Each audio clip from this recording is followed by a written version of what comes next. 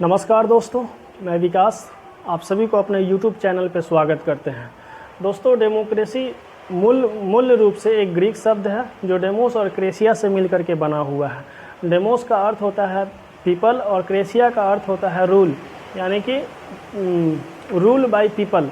इसका मूलभूत अर्थ होता है। लेकिन ये आज के डेट में जो है आजकल जो है ये जस्ट जो है उल्टा हो चुका है। अगर हम इसको अब्राहम लिंकन के शब्दों में अगर बोले तो democracy is a government of the people, by the people and for the people. लेकिन आज के डेट में जो है इसको डिफिनीसन को ऐसे डिफाइन कर सकते हैं कि democracy is government for the chair, by the leader end of the leaders. तो कहने का मतलब ये है कि आजकल जो है डेमोक्रेसी का जो डिफिनीसन है वो एकदम अच्छा लगेगा। तो इसको ज़रूर शेयर कीजिएगा और चैनल को अगर आप लोग नए होंगे चैनल पे तो उसको सब्सक्राइब ज़रूर कर लीजिएगा। तो सबसे पहले हम लोग बात करते हैं डेमोक्रेसी के ऊपर कि डेमोक्रेसी आजकल का जो डेमोक्रेसी हो गया है वो सिर्फ सत्ता लोलुपित हो गया है। उसके बाद में जो है सिर्फ नेता के लिए हो गया है। देखिए, मूलतः डेमोक्रेसी दो प्रकार के होता है, डायरेक्ट डेमोक्रेसी और दूसरा होता है इनडायरेक्ट डेमोक्रेसी। तो डायरेक्ट डेमोक्रेसी में क्या होता है कि आप एक जगह जो है भीड़ इकट्ठा करके एक गैदर इकट्ठा करके आप वहाँ पे जो है कोई डिसीजन पूरे के द्वारा ले सकते हैं। पूरा जो भीड़ है उसके द्वारा एक डिसीजन लिया जाता है और जो डिसीजन लिया जाता है वो इम्प्लीमेंट किया जाता है, उसको डायरेक्ट डेमोक्रेसी कहा जाता है। तो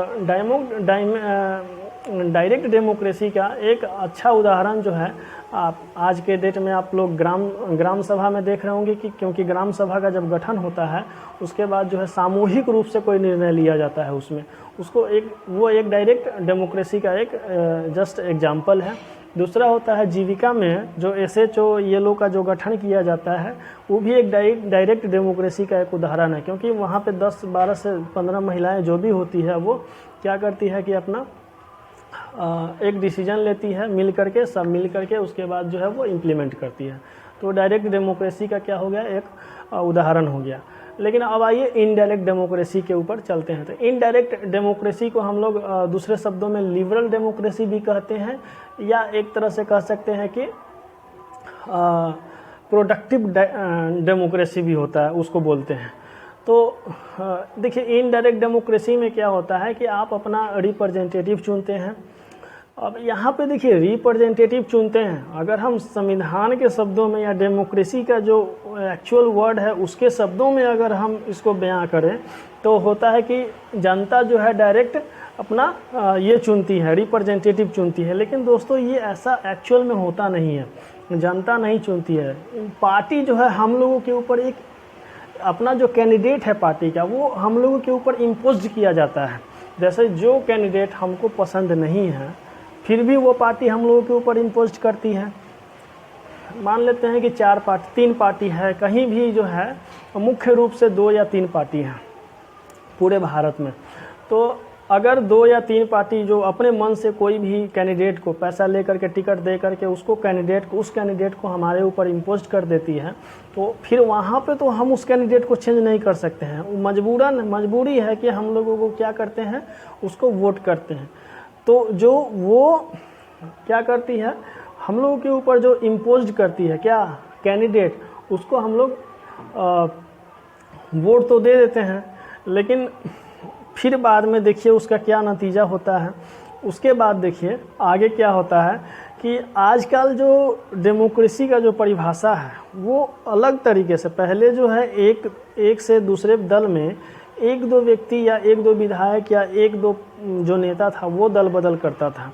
लेकिन आजकल जो है क्या हो रहा है कि पूरा का पूरा पार्टी ही जो है, अब जैसे दल बदल जो कानून है उसमें क्या हो रहा है, उसमें क्या है कि दल बदल कानून में कि 2/3 जो है मेजोरिटी है, अगर किसी पार्टी से निकल करके अपना पार्टी बनाना चाहे तो बना सकता है, या किसी दूसरे में मिलना चाहे तो मिल सकता है।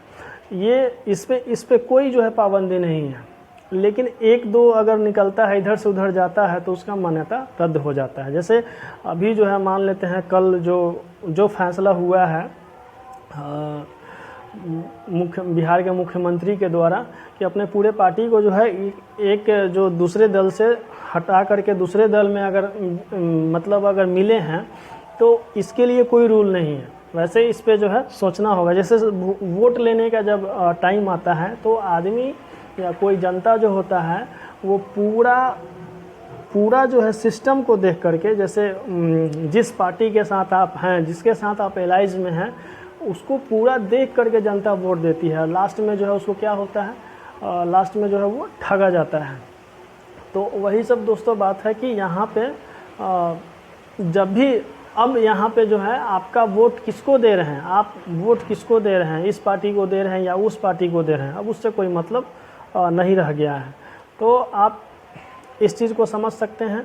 आप किसी को वोट दीजिए, आपको आपका वोट जो है कहाँ जाएगा, कौन किसके साथ सरकार बना लेगा, ये कोई मतलब नहीं बनता है। और ये किसी एक पार्टी के लिए नहीं है, किसी एक पार्टी के लिए नहीं है कि हाँ इसके लिए हो या उसके लिए हो। ये पूरे ओवरऑल जो सिस्टम है डेमोक्रेसी का, फ़िलहाल उसके लिए जो है ये चल रहा है कि कोई किसी के साथ जो है मिल जा रहा है, कोई किसी के साथ जाके मतलब अननेचुरल एलाइज बना करके जो है लोग सरकार बना ले रहा है। जैसे आप लोग देखे होंगे कि 2019 में महाराष्ट्र में बीजेपी के साथ जो है शिवसेना चुनाव लड़ा हुआ था।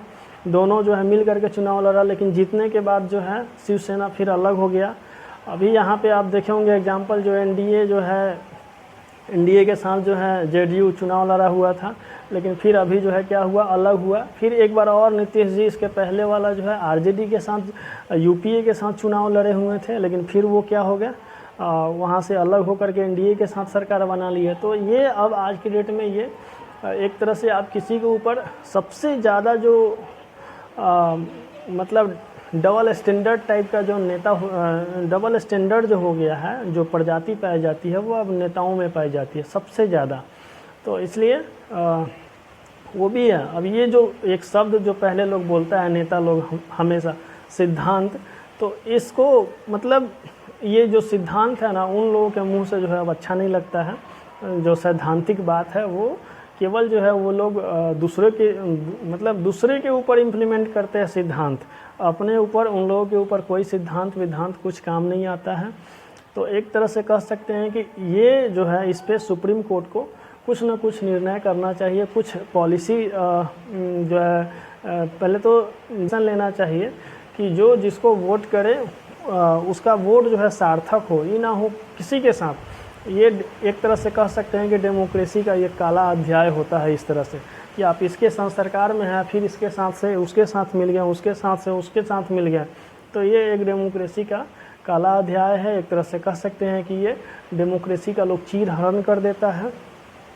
और ये कोई एक विशेष पार्टी के लिए नहीं है, ये सभी पार्टियों के लिए फ़िलहाल है। तो इसके लिए जो है सुप्रीम कोर्ट में जो है एक मतलब उसको एक कहते हैं ना जुडिशियल रिव्यू, वो होना चाहिए। और दूसरा चीज़ है जो सरकार भी, जो भारत सरकार है वो भी अपना एक कानून पास करे इसको जो है कंट्रोल करने के लिए, इसको ख़त्म करने के लिए। तीसरा जो है चुनाव आयोग को इस पर सख्त एकदम पूरा के पूरा सख्त एक्शन लेना चाहिए। जो चुनाव आयोग जो है जो ये तो एक तरह से आप कह सकते हैं कि मैंडेट, जो जनता का जो मैंडेट है, इसका जो है दुरुपयोग किया जा रहा है, अपमान किया जा रहा है। तो एक तरह से ये डेमोक्रेसी नाम का कोई यहाँ पे चीज़ है ही नहीं।